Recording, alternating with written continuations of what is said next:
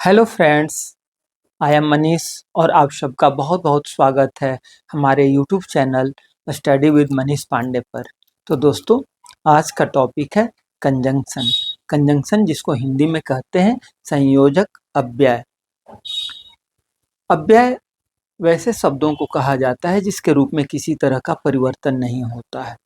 तो व्याकरण में प्रीपोजिशन, कंजंक्शन और इंटरजेक्शन को अव्यय कहा जाता है, जबकि नाउन, प्रोनाउन, वर्ब, एडवर्ब ये ऐसे शब्द होते हैं जिनके रूप में परिवर्तन हो जाता है। जैसे अगर बस है, बसेज हो जाता है, गो है, गोज हो जाता है, गोइंग हो जाता है, या और भी। तो खैर, आज हम लोग कंजंक्शन को देखते हैं। कंजंक्शन ये दो शब्द, दो फ्रेज, दो वाक्य, दो क्लॉज को जोड़ने का काम करते हैं। कैसे जोड़ते हैं, आइए देखते हैं। यहाँ हम देख सकते हैं, एक वाक्य है ही इज नॉट गुड, वह अच्छा नहीं है। दूसरा वाक्य है ही इज नॉट बैड, वह बुरा नहीं है। अब इन दोनों वाक्यों को अगर हम जोड़ते हैं तो क्या हो रहा है, he is neither good nor bad. तो यहाँ हम देख रहे हैं कि कुछ शब्द यूज हम किए हैं, नीदर और नॉर। ये नीदर नॉर के द्वारा इन दो वाक्यों को हम जोड़ दिए हैं, अर्थात जोड़ने का काम किए हैं। तो ये नीदर नॉर क्या हो जाएगा, ये कंजंक्शन हो जाएगा। एक दूसरा वाक्य देखते हैं, Shyam is smart, Shyam is young. Shyam smart है, श्याम यंग है। अब इसको हम जोड़ते हैं, Shyam is both smart and young. तो यहाँ हम देख रहे हैं शब्द बोथ और एंड के द्वारा दोनों वाक्यों को कंबाइन किए हैं। तो ये बोथ एंड क्या हो गए, ये कंजंक्शन हो गए। फिर Ram is walking, Ram is singing. Ram walk कर रहा है, राम गीत गा रहा है। अब इन दोनों वाक्यों को हम यहाँ जोड़ दिए हैं तो हो गया है Ram is walking and singing. आप देख रहे हैं यहाँ एंड शब्द के द्वारा दोनों वाक्यों को जोड़ दिया गया है। ठीक उसी तरह से यहाँ he is rich, he is unhappy, वह धनी है, वह खुश नहीं है। अब यहाँ हम देख रहे हैं he is rich yet he is unhappy, वह धनी है, इसके बावजूद भी वह अनहैप्पी है। तो यहाँ येट के द्वारा इन दोनों वाक्यों को जोड़ा गया है, जबकि इन्हीं दोनों वाक्यों को एक दूसरे तरह से, तीसरे तरह से भी यहाँ जोड़ा गया है। जैसे हम यहाँ देख रहे हैं, दो he is rich he is unhappy, यद्यपि वो धनवान है, धनी है, तथापि वो क्या है, अनहैप्पी है। या फिर ऑल्दो के द्वारा भी हम यहाँ कर सकते हैं, although he is rich he is unhappy. तो हम देख रहे हैं कि यहाँ नीदर नॉर, यहाँ बोथ एंड, यहाँ येट, दो, ऑल्दो या फिर एंड, ये सब क्या कर रहे हैं, दो वाक्यों को जोड़ रहे हैं। तो चूंकि ये जोड़ने का काम कर रहे हैं इसलिए इसको कंजंक्शन कहा जाएगा। अब एक और बात मैं यहाँ बताऊंगा, लेकिन थोड़ा सा इसके डिफिनीशन पर आ जा रहा हूँ। तो पहले ही मैं बता दिया हूँ कि एक conjunction is a word which joins two or more than two words, phrases, clauses and sentences. Conjunction वह शब्द होता है जो दो फ्रेज को, दो शब्द को, दो क्लॉज को या फिर दो वाक्य को जोड़ने का काम करता है। ठीक है, अब यहाँ कुछ मैं नोट के रूप में दिखाने का प्रयास किया हूँ। A conjunction only combines, not refers। देखिए, सामान्य आदमी यह जानता है कि जोड़ने का काम केवल कंजंक्शन करते हैं, लेकिन यह आधा सही है, आधा गलत है। जोड़ने का काम केवल कंजंक्शन नहीं करते हैं, जोड़ने का काम रिलेटिव प्रोनाउन भी करते हैं, रिलेटिव एडवर्ब भी करते हैं। लेकिन अंतर क्या है कंजंक्शन और रिलेटिव प्रोनाउन, रिलेटिव एडवर्ब में? अंतर यह है कि कंजंक्शन विशुद्ध रूप से जोड़ते हैं, जबकि रिलेटिव प्रोनाउन और रिलेटिव एडवर्ब न केवल जोड़ते हैं बल्कि जोड़ने के साथ साथ वो रेफर भी करते हैं। वो पहले जो नाउन आए हैं उसके साथ वो संबंध भी स्थापित कर देता है। कंजंक्शन वैसा कुछ नहीं करता है, सिर्फ कंबाइन करता है, जोड़ता है, not refers. Relative pronouns and relative adverbs combine and refer, ये कंबाइन भी करते हैं, रेफर भी करते हैं। ठीक है, यहाँ एक आध वाक्य में लिखा हूं जिसमें कि आप देख सकते हैं कि एक ही शब्द वो प्रोनाउन भी हो सकता है, एडवर्ब भी हो सकता है, कंजंक्शन भी हो सकता है।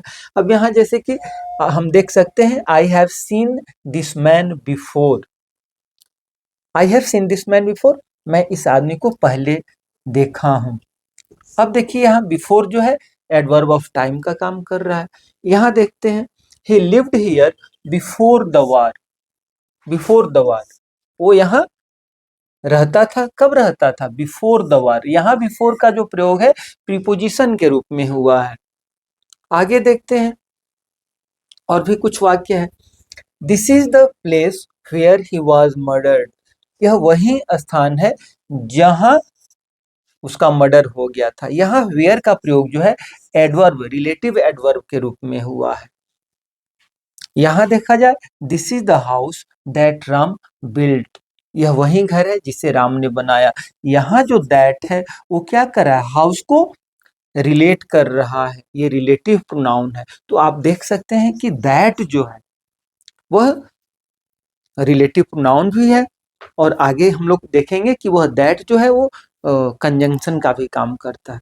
ठीक है, अब आगे हम टाइप्स ऑफ कंजंक्शन की अगर बात करें तो कंजंक्शन मुख्य रूप से दो प्रकार के होते हैं, कोऑर्डिनेटिंग कंजंक्शन और सबऑर्डिनेटिंग कंजंक्शन। कोऑर्डिनेटिंग कंजंक्शन वैसे कंजंक्शन होते हैं जो इक्वल रैंक के, मतलब ऐसा इन शॉर्ट कहा जाए तो हम कह सकते हैं कि वो केवल इंडिपेंडेंट क्लॉज को अर्थात प्रिंसिपल क्लॉज को ही वो कंबाइन करते हैं, ज्वाइन करते हैं।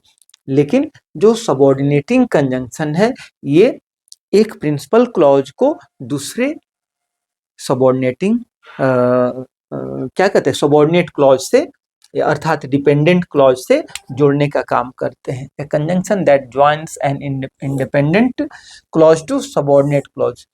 सबऑर्डिनेटिंग कंजंक्शन क्या करता है? इंडिपेंडेंट क्लॉज को अर्थात प्रिंसिपल क्लॉज को अर्थात मेन क्लॉज को सबऑर्डिनेट क्लॉज से करता है। अब वन बाय वन हम लोग देखेंगे कि कोऑर्डिनेटिंग कंजंक्शन के कितने भेद हैं, सबऑर्डिनेटिंग कंजंक्शन के कितने भेद हैं। और एक चीज मैं यहाँ बता देना चाहूंगा कि ये सब तो थोड़ा भी थ्योरेटिकल टाइप का लगेगा, एकेडमिक टाइप का लगेगा, लेकिन कंजंक्शन हो, प्रीपोजिशन हो, उसका टाइप से ज्यादा इंपॉर्टेंट यह होता है उसका करेक्ट यूजेज। तो लेकिन एक साउंड फाउंडेशन के लिए, एक कंसेप्ट बनाने के लिए इन सब चीज़ों को जानना जरूरी होता है। केवल करेक्ट यूजेज से तो परीक्षा आप निकाल सकते हैं, लेकिन उसका जो एक फाउंडेशन कहा जाता है, एक कंसेप्ट कहा जा सकता है, वो नहीं बन पाता है। इसलिए यहाँ इन सब बातों को भी बता देना नटसेल में, नॉट इन डिटेल, जरूरी है। तो सबसे पहले हम देखते हैं टाइप्स ऑफ कोऑर्डिनेटिंग कंजंक्शन। तो कोऑर्डिनेटिंग कंजंक्शन मुख्य रूप से चार प्रकार के होते हैं, क्यूमुलेटिव, एडवर्सेटिव, इलेटिव और अल्टरनेटिव। क्यूमुलेटिव जो होते हैं वो दो स्टेटमेंट को जोड़ देते हैं। जैसे कि यहाँ हम देख रहे हैं, Ram is walking, Ram is singing, और इसको ये एंड क्या कर दिया है, Ram is walking and singing. तो ऐसे जो कंजंक्शन है उनको क्यूमुलेटिव कहा जाएगा। उसके अलावा एज वेल एज भी है और भी है, उन सबको हम लोग वन बाय वन जब करेक्ट यूजेज पढ़ेंगे तो उसको देखेंगे। आगे है एडवर्सेटिव, नाम ही है एडवर्सेटिव, अर्थात ये विरोध बतलाने का काम करते हैं। बट, स्टिल, हाउएवर इत्यादि। जैसे राम इज रिच, अब यहाँ अगर देखा जाए राम क्या है, he is rich, he is unhappy. अब यहाँ हम येट से इसको कंबाइन किए हैं या दो अल्दो से किए हैं, ये सब क्या हो गया, वो सबऑर्डिनेटिव वाला हो गया। लेकिन यहाँ हम अगर बट जोड़ देते, he is rich but he is unhappy, तो बट वहाँ क्या हो जाता, बट एडवर्सेटिव कंजंक्शन हो जाता है। इसके बाद है इलेटिव। इलेटिव क्या करता है, इलेटिव इन्फेरेंस को बताता है। इन्फेरेंस मतलब क्या होता है, अनुमान। अनुमान जैसे कि हम लोग पढ़ते हैं ना, तर्कशास्त्र में पढ़ते हैं, वहां धुआं है इसलिए वहां आग अवश्य होगा। वहां धुआं है तो धुआं है तो बिना आग का धुआं नहीं होगा, है ना। इन्फेरेंस निकालते हैं। Mohan will die some days, या Mohan will die one day because he is a man, और ऑल मैन आर मॉर्टल, क्योंकि मनुष्य मोर्टल होते हैं और राम एक मनुष्य है, तो राम एक दिन मर जाएगा। ये क्या हो गया? इन्फरेंस हो गया। अब सो है, हेंस है, देयरफॉर है, कंसेक्वेंटली है, ये सब क्या करता है? ये इन्फरेंस को बताता है, परिणाम को बताता है। इसके बाद देखते हैं अल्टरनेटिव। अल्टरनेटिव को डिसजंक्टिव ही कहा जाता है। ये विकल्प देने का काम करते हैं, जैसे ईदर और नीदर नॉर। जैसे either Ram or Shyam has done this work, या neither Ram nor Shyam has done this work. ठीक है। इसके बाद हम लोग देखेंगे कोरिलेटिव, कोरिलेटिव तो हो गया। इसके बाद हम लोग देखेंगे सबऑर्डिनेटिंग कंजंक्शन को देखेंगे और उसके भेद को भी देखेंगे। इसके बाद अब हम लोग देखते हैं सबऑर्डिनेटिंग कंजंक्शन को। सबऑर्डिनेटिंग कंजंक्शन, जिसके बारे में ऑलरेडी मैं बता चुका हूँ कि यह प्रिंसिपल क्लॉज को जोड़ता है सबऑर्डिनेट क्लॉज से। ठीक है। और यह मुख्य रूप से 8 प्रकार का होता है। पहला, subordinating conjunction of apposition, reason, effect and purpose, condition, concession और कॉन्ट्रास्ट, कंपैरिजन, मैनर और टाइम। ये 8 जो सबऑर्डिनेटिंग कंजंक्शन के प्रकार हैं, 8 अलग अलग अपना प्रभाव दिखाते हैं। पहला जो है अपोजिशन। अपोजिशन जिसको समानार्थक भी कहा जाता है।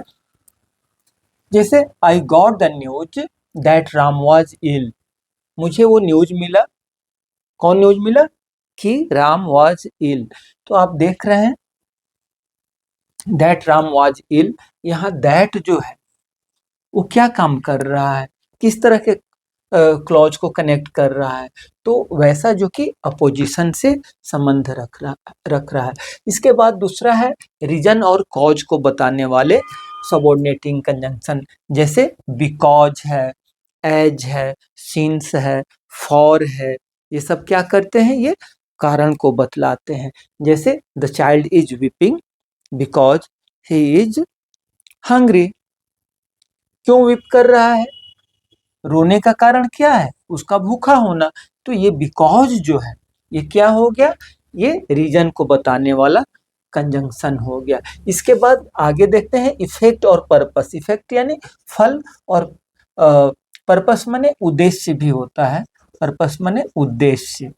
जैसे we eat so that we may live, हम लोग खाना खाते हैं। क्यों खाते हैं?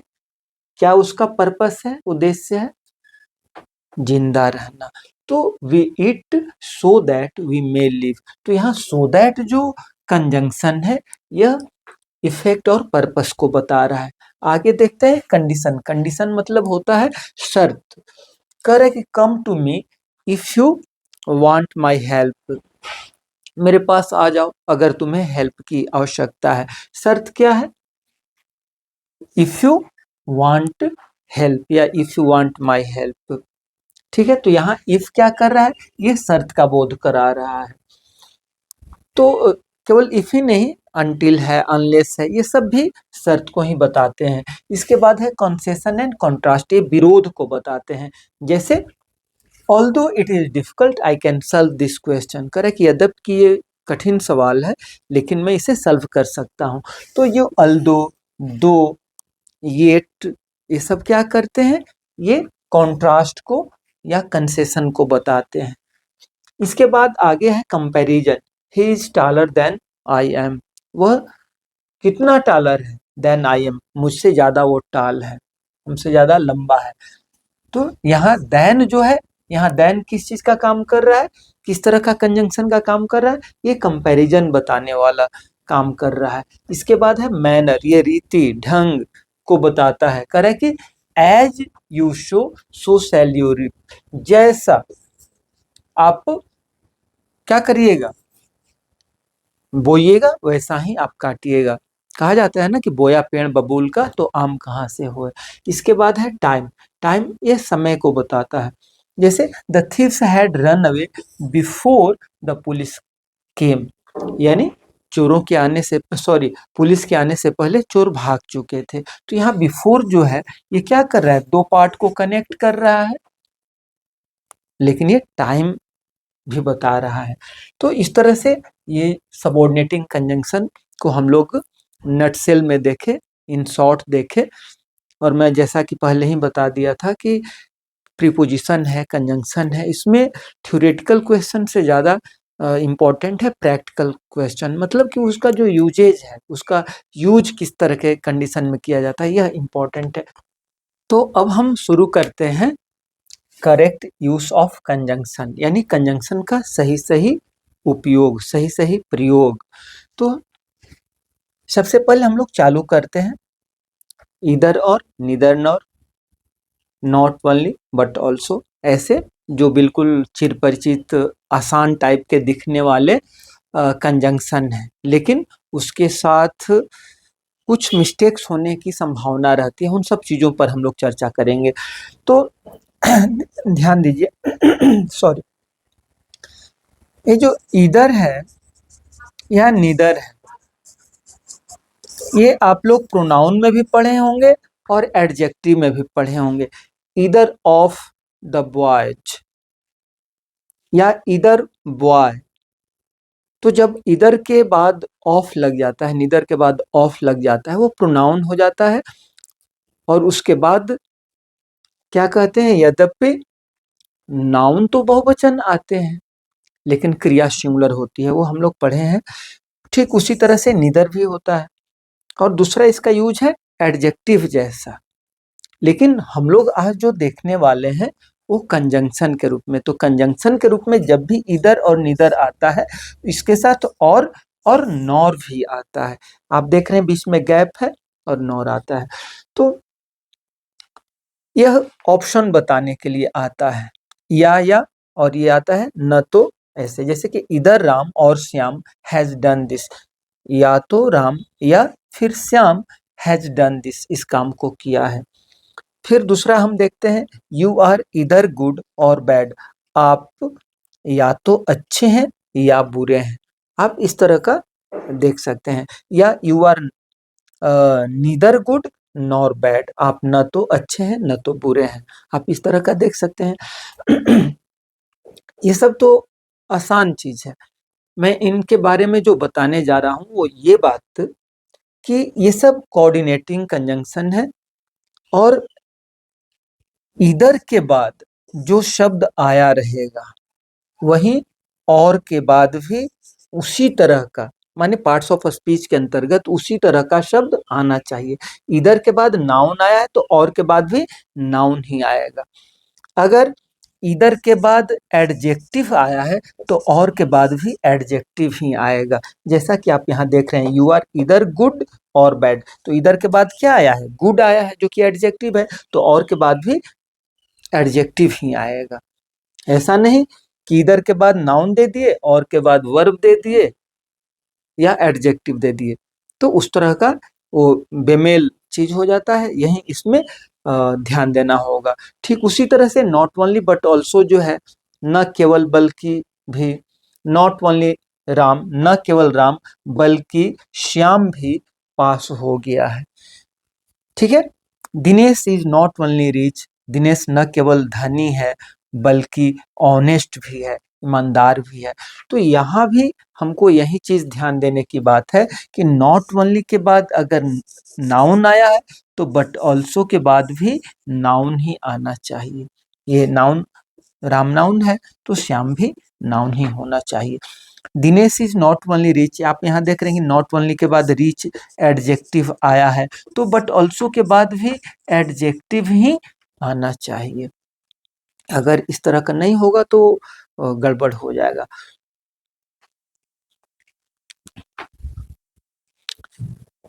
इसके बाद एक और चीज मैं बता ही दूं इसके बारे में कि अगर ये इधर और से कोई वाक्य आया है या जुड़ा हुआ है तो और के बाद जो अगर नाउन आया है उसके अनुसार क्रिया होगी।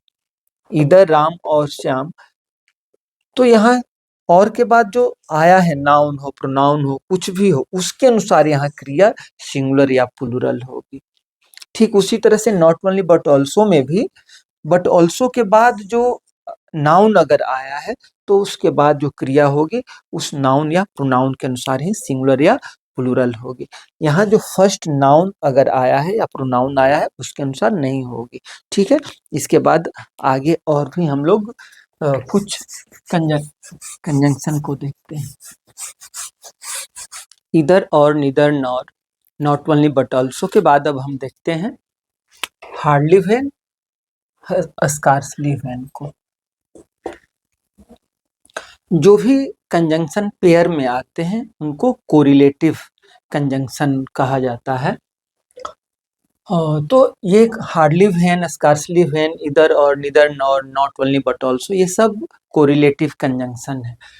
तो सबसे पहले हम देखते हैं कि हार्डली वेन या स्कार्सली वेन, मतलब हार्डली के बाद वेन आता है या हार्डली के बाद बिफोर भी आता है। ठीक उसी तरह से स्कार्सली के बाद वेन या स्कार्सली के बाद बिफोर आता है। जैसे यहाँ हम देख रहे हैं hardly had he open the door, वह मुश्किल से डोर ओपन ही किया था कि हिज फादर केम, उसके पिताजी आ गए। तो आप देख सकते हैं कि हार्डली यहाँ आया है तो यहाँ वेन आया है, ऐसा नहीं कि कोई दूसरा चीज आ जाएगा। ठीक यहाँ भी हम देख रहे हैं कि स्कार्सली है तो फिर यहाँ वेन आया है। तो हार्डली के साथ या स्कार्सली के साथ वेन या बिफोर दो ही आते हैं। और दूसरा चीज क्या है, अर्थ अगर देखा जाए तो हम कह सकते हैं कि अर्थ है कि ज्यों ही क्या कहते हैं कि hardly had he open the door, मतलब उसने डोर अभी ओपन किया ही था, कि जैसे ही डोर ओपन किया था कि हिज फादर के, या scarcely had he come out of his car, मुश्किल से या ज्यों ही वो अपने कार से बाहर आया था कि अ बम एक्सप्लोडेड, एक बम विस्फोट हो गया। ठीक है, एक और बात हमको जानना है इसके बारे में कि इसके साथ पास्ट टेंस का प्रयोग होता है। आप देख सकते हैं कि यहाँ had he opened, had he come, ये क्या है, ये पास्ट टेंस है, तो पास्ट टेंस का प्रयोग होता है। ठीक है, इसके बाद हम देखते हैं एज सुन एज और नो सुनर देन को। एज सुन एज ज्यों ही त्यों ही ऐसा अर्थ देता है, और इसी का निगेटिव हो जाता है नो सुनर देन। अर्थात अगर कोई वाक्य एज सुन एज वाला है और आपको कहा जा रहा है कि आप इसको निगेटिव में चेंज कर दें, तो आप वहां क्या कीजिएगा, नो सुनर देन वाला स्ट्रक्चर यूज कीजिएगा। हाँ, एक बात ध्यान रखना होगा कि एज सुन एज के साथ प्रेजेंट टेंस भी आ जाता है, लेकिन नो सुनर के साथ जब भी आता है तो पास्ट टेंस ही आता है। पास्ट टेंस में पास्ट इंडेफिनिट आया रहेगा या फिर पास्ट परफेक्ट आया रहेगा, तो ये बात आपको बिल्कुल ध्यान रखना होगा। ठीक है, देखते हैं as soon as I saw a tiger, ज्यों ही मैं बाघ देखा, कौमा मन त्यों ही आई रैन अवे, त्यों ही मैं भाग गया।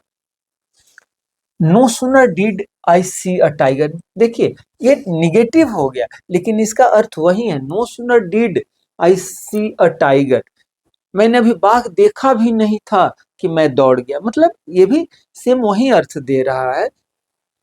ठीक है, इसके बाद देखते हैं एज या सो एज, उतना जितना। जैसे Ram is as good as Mohan, Ram है उतना अच्छा जितना मोहन। तो एज का प्रयोग अफर्मेटिव और निगेटिव दोनों में होता है, लेकिन सो एज का प्रयोग जब भी होता है वो निगेटिव में ही अर्थ होता यूज होता है, ये ध्यान रखना होगा। Ram is as good as Mohan या Ram is so good as Mohan, दोनों ठीक है, लेकिन अब यहाँ आप ये नहीं कर सकते हैं कि सीता इज नॉट, हाँ यहाँ तो वहाँ क्या कहते हैं, ये लगाना होगा ना, सीता इज नॉट, अब यहाँ sorry, Sita is not so beautiful as Gita, ये निगेटिव है, तो निगेटिव है तो क्या हो जाएगा, सो का प्रयोग होगा। अब वहां इसके बाद कह रहा है कि सी इज सो ब्यूटीफुल दैट, अच्छा ये तो इसमें कहा है, हाँ तो ये था एज और सो एज का। इसके बाद हम देखते हैं सो और दैट का, इतना की। जैसे शी इज सो ब्यूटीफुल, वह इतना ब्यूटीफुल है, दैट कि एवरीबडी लाइक्स हर, कि हर कोई उसे पसंद करता है, हर कोई उसे लाइक करता है। तो सो दैट मतलब इतना डॉट डॉट डॉट की she is so beautiful that everyone likes her. इसके बाद है वेदर और, ये किस तरह के स्ट्रक्चर में आता है कि डॉट डॉट या, और ध्यान देना होगा कि इसके साथ नॉट आता है, और यह वेदर और जो स्ट्रक्चर है ये डाउट को प्रकट करता है। और एक दूसरा स्ट्रक्चर आता है दैट वाला, लेकिन दैट वाला स्ट्रक्चर अगर हम यूज करेंगे तो वहां उससे ये पता चलेगा कि आपको कोई डाउट नहीं है। जैसे अगर आप कहते हैं आई डू नॉट नो, मुझे नहीं पता है, वेदर ही विल कम और नॉट, कि वह आएगा या नहीं, मुझे नहीं पता है कि वह आएगा या नहीं। देख, आप देख रहे हैं ना, यहाँ डाउट है ना, लेकिन वहीं अगर आपको डाउट अगर नहीं है तो क्या स्ट्रक्चर यूज कीजिएगा, वेदर और वाला नहीं यूज कीजिएगा, दैट वाला यूज कीजिएगा। I know that Mohan will come today, मुझे पता है कि मोहन आज आएगा। या आप ये भी कह सकते हैं I know that Mohan will not come today, मतलब आपको पता है कि मोहन आज नहीं आएगा। तो ये बात ध्यान रखना होगा, ये जो निगेटिव वाला, ये बात ध्यान रखना होगा। ठीक है, इसके बाद है सच दैट, ऐसा कि, her behaviour, such was her behaviour, such was her behaviour that everyone या एवरीबॉडी लाइक्ड हर, मतलब कि सच वाज हर बिहेवियर, उसका व्यवहार ऐसा था कि, ऐसा था कि एवरीबॉडी लाइक्ड हर, हर कोई उसे लाइक करते थे। इसको इस तरह से भी कहा जाता है, her behaviour was such that everybody liked her. तो यहाँ हम देख रहे हैं कि सच दैट एक ही साथ आ गया है, जबकि दूसरे पैटर्न पर जब हम इस वाक्य को रख रहे हैं तो सच यहाँ आ जा रहा है, दैट आ जा रहा है यहाँ, दोनों का एक ही अर्थ है। इसके बाद हम देखते हैं एज इफ या एज दो को, ये क्या कहते हैं, अनरियल कंडीशन को मुख्य रूप से बताने का काम करता है। जैसे ही स्कोल्ड्स मी, वह मुझे डांटता है, as if he were my boss, वह ऐसे डांटता है लगता है जैसे कोई मेरा बॉस हो। और ध्यान दीजिएगा, अगर आप पास्ट टेंस की क्रिया यूज कर रहे हैं मतलब अनरियल कंडीशन है, अनरियल कंडीशन है मतलब वो बात सही नहीं है। He scolds me as if he were my boss, मतलब कि he is not my boss, ऐसा समझ जाइए। लेकिन अगर आप यहाँ देख रहे हैं कि he walks on the road as if he is drunkard, आप देख रहे हैं यहाँ किस टेंस की क्रिया यूज की गई है, प्रेजेंट टेंस की गई है। तो अगर आप प्रेजेंट टेंस का क्रिया यूज करते हैं मतलब कि कंडीशन जो है रियल है। He stumbles on the road as if he is a drunkard, he has taken wine. तो मतलब अगर प्रेजेंट टेंस का क्रिया यूज कर रहे हैं मतलब कि वो वाइन लिया है, वो शराबी है। और अगर आप पास्ट टेंस की क्रिया यूज कर रहे हैं मतलब कि वो वैसा नहीं है, वैसा प्रतीत होता है लेकिन वैसा नहीं, वो अनरियल कंडीशन हो गया। तो ध्यान देना होगा। इसके बाद एज दो है, एज इफ एज दो दोनों एक ही अर्थ में यूज किए जाते हैं, ठीक ना। ही स्कोल्ड्स मी एज दो ही वर माई बॉस, तो एज इफ और एज दो दोनों का प्रयोग एक ही कंडीशन में, अनरियल कंडीशन में ही मुख्य रूप से किया जाता है। रियल कंडीशन में बहुत कम किया जाता है, रेयर किया जाता है। इसके बाद आगे है इफ और व्हेन। ध्यान दीजिएगा, इफ और व्हेन इन सब का कई अर्थ में यूज होता है, खासतौर पर व्हेन और व्हाइल भी साथ में आता है। व्हेन और व्हाइल को आगे मैं बता रहा हूँ, यहाँ मैं इफ और व्हेन का प्रयोग फ्यूचर रेफरेंस के संदर्भ में बता रहा हूँ। कह रहे कि sorry, if he comes I shall go, अगर वह आएगा मैं जाऊंगा। When he comes I shall गो, जब वह आएगा मैं जाऊंगा। एक बात ध्यान रखिएगा, अगर आप इफ का प्रयोग करेंगे तो इसका मतलब है कि उसके आने की संभावना कम है या उसके आने पर आपको कम भरोसा है। जबकि आप अगर व्हेन वाला स्ट्रक्चर यूज करेंगे तो इसका मतलब है कि संभावना पूरी है और आपको पक्का भरोसा है। ठीक है, इसके बाद और भी हम लोग देखते हैं।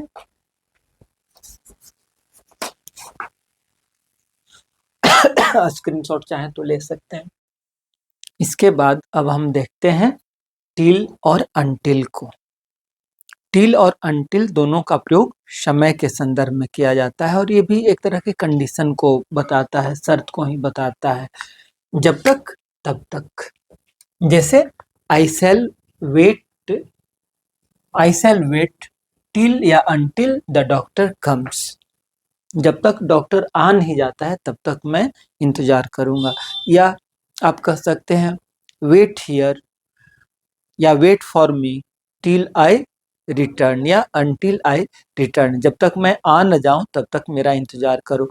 देखिए, टिल और अनटिल दोनों का प्रयोग किया जा सकता है, लेकिन until is more formal than till. Until का प्रयोग फॉर्मल इंग्लिश में ज़्यादा किया जाता है, टिल जो है थोड़ा फॉर्मल कम है।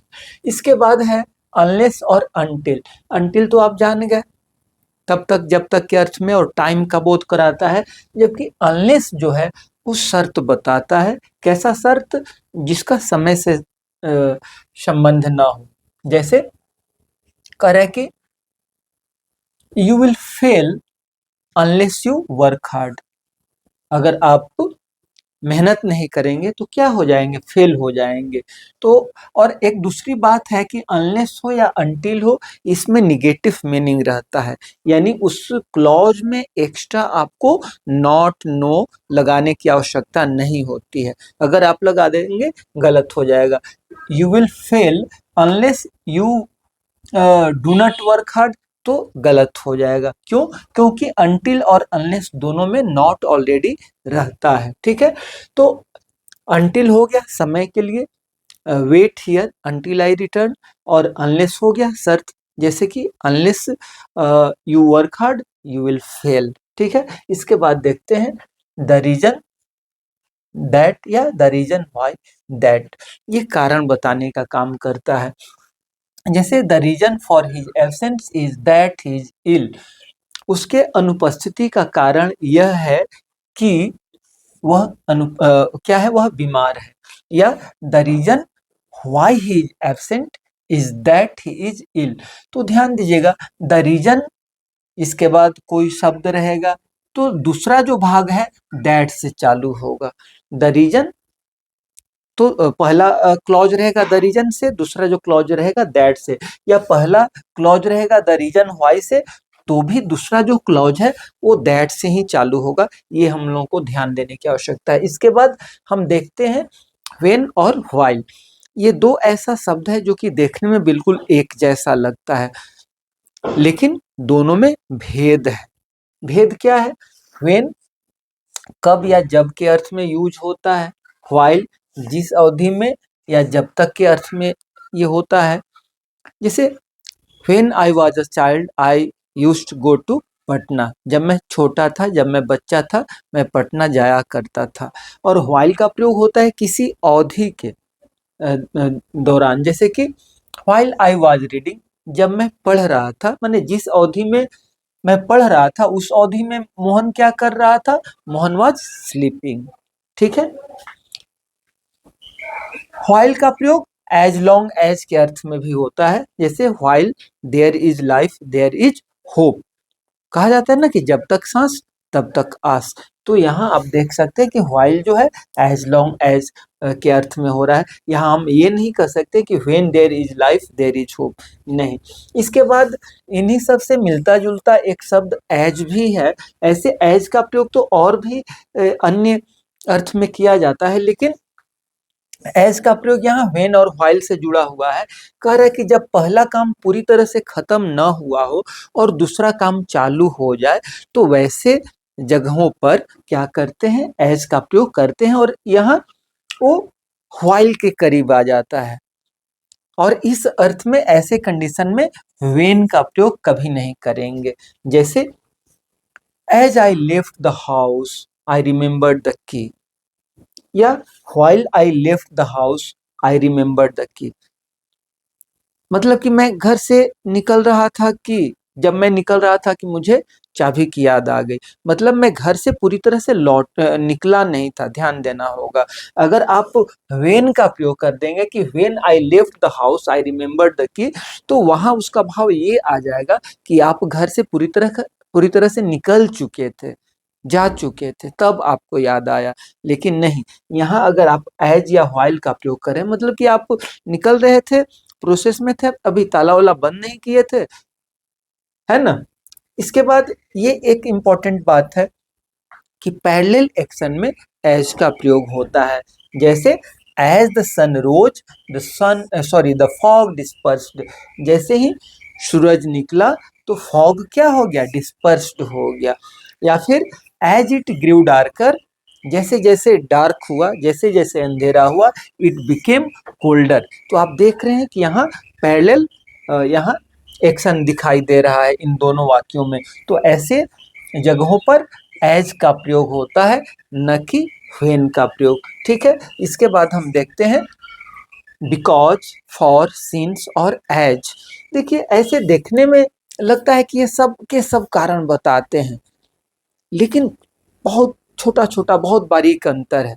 एक बात मैं कह दूं कि जहाँ कारण जानना, जहाँ कारण बताना ही प्राइम इम्पोर्टेंस हो, वहाँ केवल और केवल बिकॉज का प्रयोग होगा।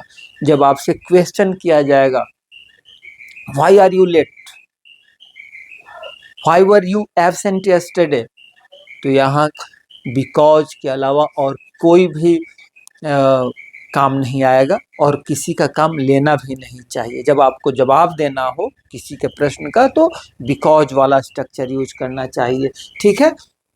जैसे why are you late Mohan, तो क्या कह रहा है, I am late because I missed the first bus. ठीक है, कोई दूसरा नहीं।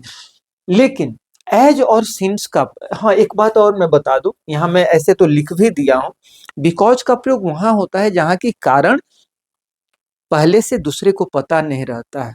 अब पूछ रहा है कि why are you late Mohan, मतलब उसको कारण पता नहीं, आप पहली बार उसको बताइएगा, उसके दिमाग में जाएगा कारण। लेकिन एज और सिंस का प्रयोग वहां होता है जहां कारण पहले से पता है ना। जैसे as I am poor I cannot afford a BMW car, या since I am a poor I cannot afford a BMW और रोल्स रॉयस। ठीक है। ये हो गया। इसके बाद एक फॉर भी है। फॉर क्या होता है, फॉर का प्रयोग लगता है कि आप कारण बता रहे हैं, नहीं, for is use to add additional information.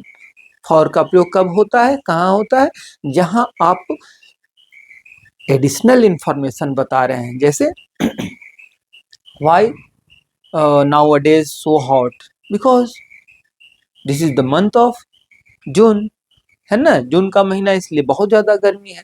तो वहां आप एडिशनल, जब आप कहते हैं कि for it is the month of June, तो for it is the month of June मतलब वो एक एक्स्ट्रा इंफॉर्मेशन दे रहे हैं। ठीक है, now a days it is.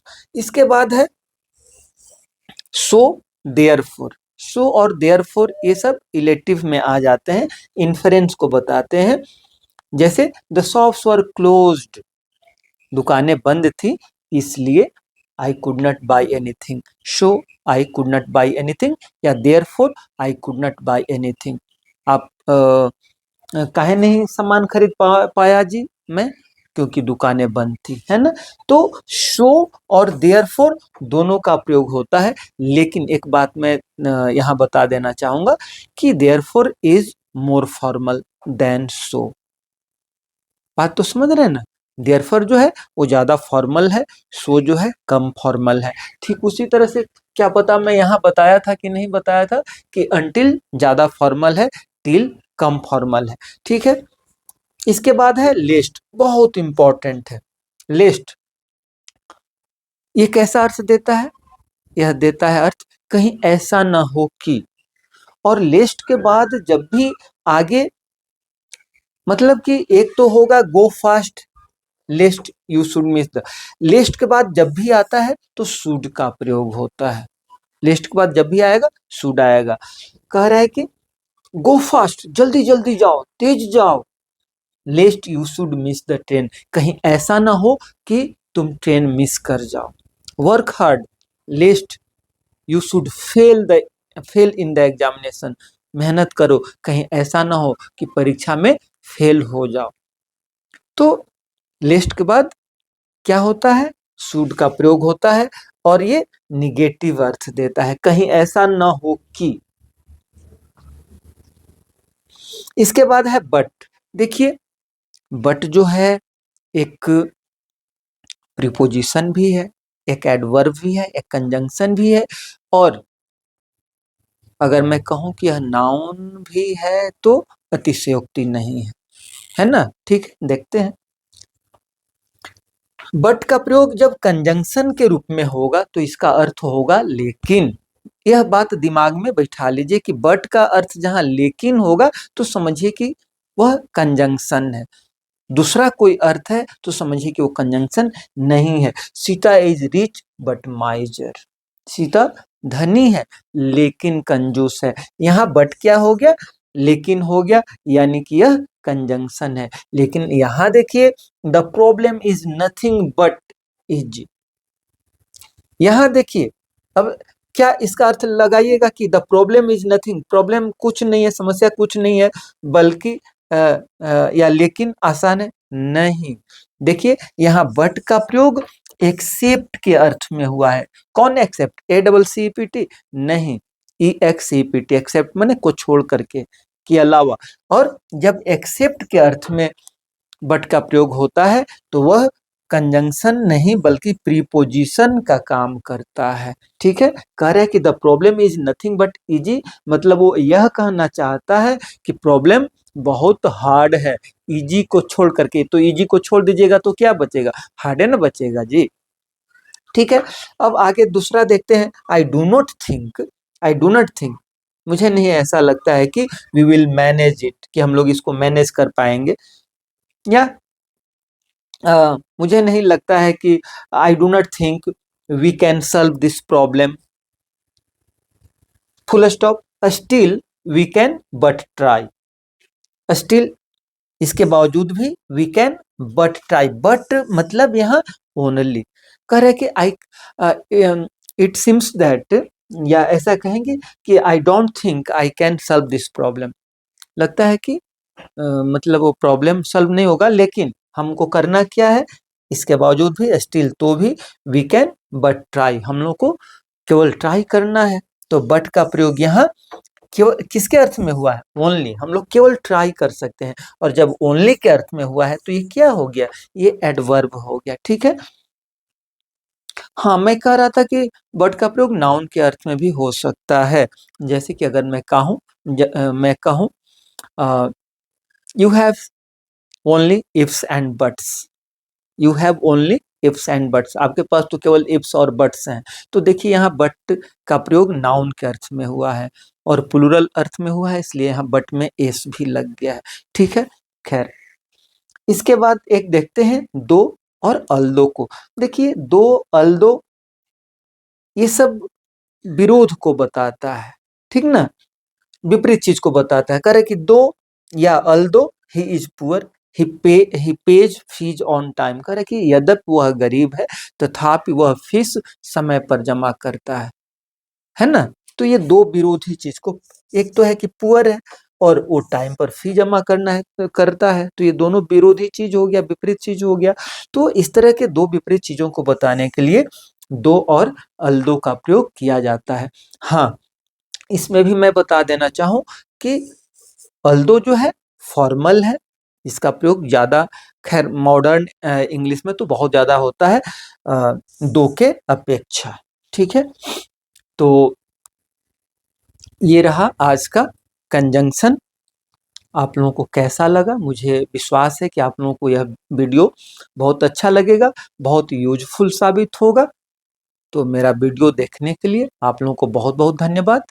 और अगर आपको वीडियो मेरा अच्छा लगता है तो I request you to like, share and subscribe. Thank you.